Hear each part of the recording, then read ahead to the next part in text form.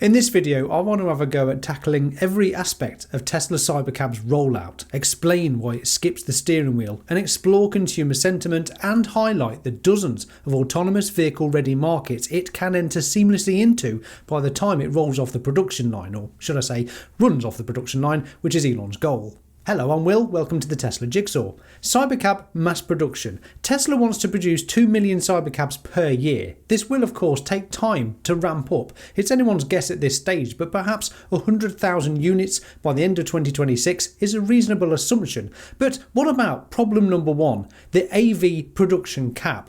US regulations cap autonomous vehicle production to just 2,500 annually. That's unfortunate because Tesla are aiming to produce up to 2 million CyberCabs per year. What will Tesla do about lifting the US regulations cap for autonomous vehicle production? Well, I could take a guess, or I could ask Grok for a little more concise answer. Tesla plans to seek exemptions under NHTSA's streamlined Part 555 process, now taking months not years, for CyberCab's non-compliant design while advocating for congressional legislation, e.g. expanding Self-Drive Act caps to 100,000 plus vehicles per year to enable mass production. With the Trump administration's pro-autonomous vehicle policies, regulatory hurdles are easing, but the 2,500 unit cap persists until laws change. One would assume Tesla are well aware of this and have a plan, something along the lines of Tesla seeking NHTSA exemptions and legislative changes. Next up, let's look at global autonomous vehicle permits. The CyberCab is Tesla's only purpose-built, fully autonomous vehicle designed for level 4 and 5 robotaxi use.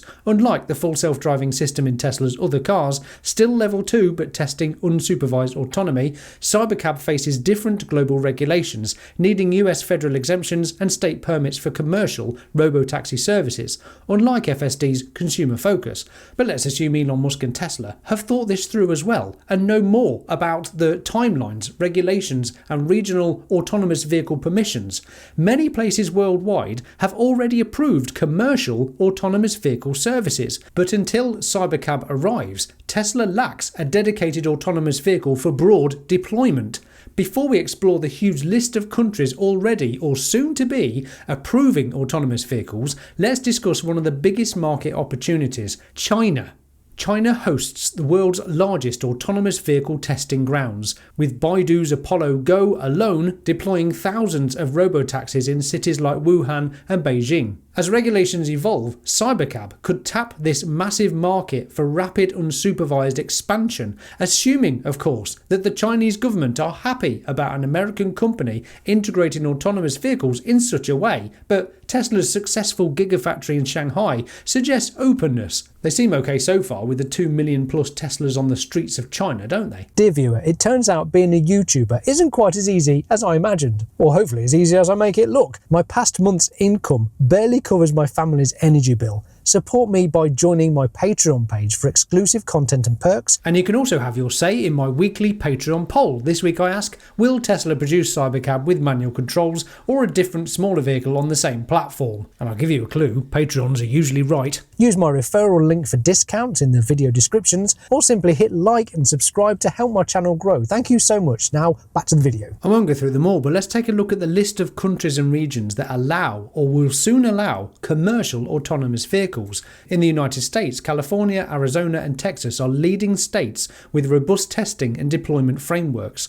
The National Highway Traffic Safety Administration, NHTSA, provides federal guidelines, but state-level regulations vary, with some states like Nevada and Florida also permitting commercial operations. We've already taken a look at China, but next up Germany. The Autonomous Vehicles Approval and Operation Ordnance, the catchy innit, facilitates commercial deployment, with cities like Munich and Hamburg as testing grounds. Then there's South Korea, with government support for infrastructure and regulatory frameworks, aiming for widespread commercial use by 2027. And to probably everybody's surprise, the United Kingdom. The Automated Vehicles Act of 2024 sets the stage for commercial operations by 2026, with trials ongoing in London and other cities. But we are talking about commercial autonomous vehicles here. On and on the list goes: Norway and Sweden, Russia, Japan. Feel free to pause it and have a read. We've also seen Australia conducting trials recently. These countries and regions are at various stages of regulatory deployment and commercial deployment, reflecting a global push towards autonomous vehicle integration. The point here being, global regulations are increasingly autonomous vehicle friendly, reducing the risk of Tesla's strategy of aiming to flood the world and its cities with millions of cybercabs. Let's touch on why there is a cybercab with a steering wheel, as spotted rolling around Giga Texas. Lars Moravy, the VP of Vehicle Engineering at Tesla, said, "If you see the cybercab release candidate fleet running around with steering wheels, that's because they had to figure out a way to test it. That's not for sale, it's just a test feature only." Well, that makes it sound easy, doesn't it? Just to add a steering wheel and pedals, right? Would it really be simple to transform the cybercab into a manually driven car? A vehicle that's been deliberately designed with limitations to usual performance and handling due to it only being for operation as an autonomous vehicle. It's not been designed for human operation. Transforming the cybercab into a manually driven car would face many challenges due to its design optimised for autonomy, lacking traditional controls and potentially requiring extensive redesign for performance and handling. Consider the battery and range if driven faster than FSD would have. Plus the suspension, brakes and all sorts of components might need upgrades given human operators would push its limits more so than if it were pootling around autonomously. Tesla's steer-by-wire and unboxed manufacturing could theoretically enable a conversion, though it wouldn't be straightforward or simple. There would be substantial re-engineering required to simply add pedals, a steering wheel, mirrors, rear glass, rear seats, possibly rear doors, etc. Manual controls add cost and complexity, which conflicts with Tesla's goal of a low-cost autonomous vehicle for mass adoption. So, if not a cybercab with a steering wheel, we're all the way back to Project NV91 and the Model 2. Anyone feel like we're going round in circles here? So couldn't Tesla just make a cheap manual car with FSD for the robotaxi network? Sure, but it's less efficient. CyberCab's no controls design cuts costs and maximises robotaxi uptime, tapping into that $2 trillion market opportunity of robotaxis by 2030. Manual cars, even with FSD, split time between personal use and robotaxi service, diluting profits. Plus, adding controls hikes production costs and regulatory headaches, which Tesla's avoiding with CyberCab's all-in autonomous vehicle bet. So, is Tesla's autonomous-only cybercab strategy the right move? Let's look at the consumer behaviour shift over recent years. There's obviously scepticism about consumer readiness for using cybercabs in the first place, but the growing acceptance of ride-sharing, for example Uber and Lyft, and how cybercab aligns with younger generations' preference for mobility as a service over car ownership, I can only presume that customers might enjoy summoning an affordable, safe, pleasurable cybercab to their door, rather than an unknown taxi driver in whatever vehicle they might have, plus the higher cost, of course, as drivers need to be paid, not so in a cybercab.